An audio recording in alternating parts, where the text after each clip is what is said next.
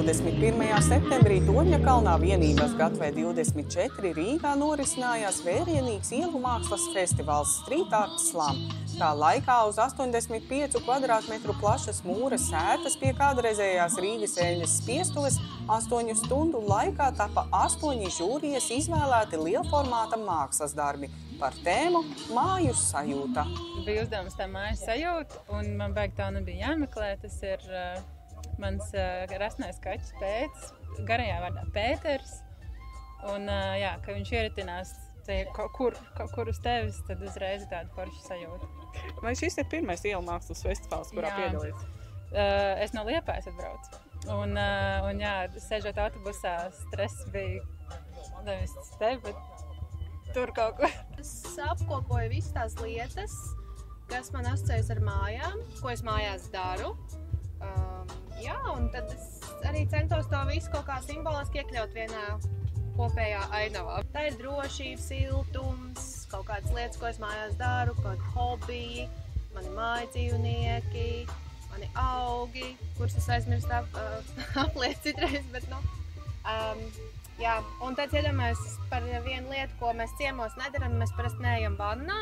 Man šķiet, es nezinu, varbūt citiem patīk iet ciemos vannā, bet mājās mēs parasti sēžam vannā. Tā, šobrīd uz sienas top mājas sajūta, tā ir tā aina, ka tu atnāc mājās pēc garas darba dienas un tevi sagaida mājās 2 kaķīši, kuri ir sastrādājuši blēņas un sagatavojuši tev īsto patīkamo mājas sajūtu. Mākslas centra Total Dobže organizētais ielu mākslas festivāls sadarbībā ar jauno projektu attīstītāju Bonava un krāsu ražotāju Vivacolor norisinās jau 2. reizi. 2021. gadā mākslinieki tika aicināti līdz nepazīšanai pārvērst mūra sētu pie kādreizējās Vidzemes maiznīcas un topošā daudzdzīvokļu māju projekta Robežu ielā. Arī šoreiz līdz ar sētas sakopšanu vienības gatavē sākas blakus esošās teritorijas un jauno māju projekta Hartmaņa kvartāls attīstība. Tas ir veids, kā mēs varam sākt varbūt domāt vairāk par konkrētā projekta attīstību, par to, kā mēs varam iedzīvināt, kā mēs varam atvest cilvēkus šo projektu, varbūt apskatīties, jau padomāt par to, vai viņiem būs šeit forši nākotnē dzīvot. Un es domāju, ka jebkurā gadījumā mums visiem ir prieks par to, ka nākotnē šeit būs smuki un to visu aizsākt ar tādu foršu pasākumu un mākslu. Ja mēs pastamies uz to kopējo pilsētu vidi, man šķiet, ka ir vēl ļoti daudz kaut kādas neizmantotas plaknes, neizmantotas vietas, kur mēs to visu varam realizēt un iedot bišķiņ to otro elpu tam, teiksim, tādām varbūt bišķiņ degradētām vietām un, jā, manuprāt, noteikti vēl ir vieta, kur augt. Rosība pie mūra sētas visas dienas garumā pievilināja nevienu zinkārīgu acu pāri. Baudīt un vērot, kā skices top par lielformāta mākslas darbiem ieradās kā apkaimes iedzīvotāji, tā pilsētas viesi un mediji. Es esmu cilvēks no laukiem, kurš Torņakalnā dzīvo jau tūlīt 25 gadus.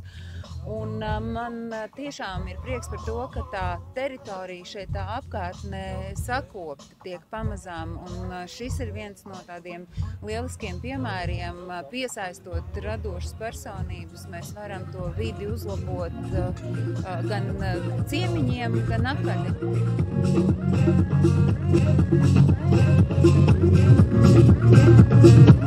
Pasākuma noslēgumā tika apbalvoti mākslas sacensību uzvarētāji.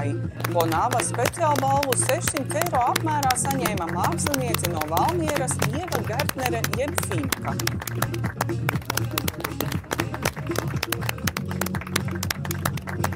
Savukārt žūrijas vērtējumā laurus plūca mākslinieks Zahars Purvišķis jeb Zahars Z, saņemot 800 eiro naudas balvu. Kāda sajūta? Super, nācu un saņēmu. Ļoti laba sajūta. Vai bija arī pašam par sevi tāda pārliecība? Nu jā, protams, jā, vienmēr ir par sevi jābūt pārliecinātam.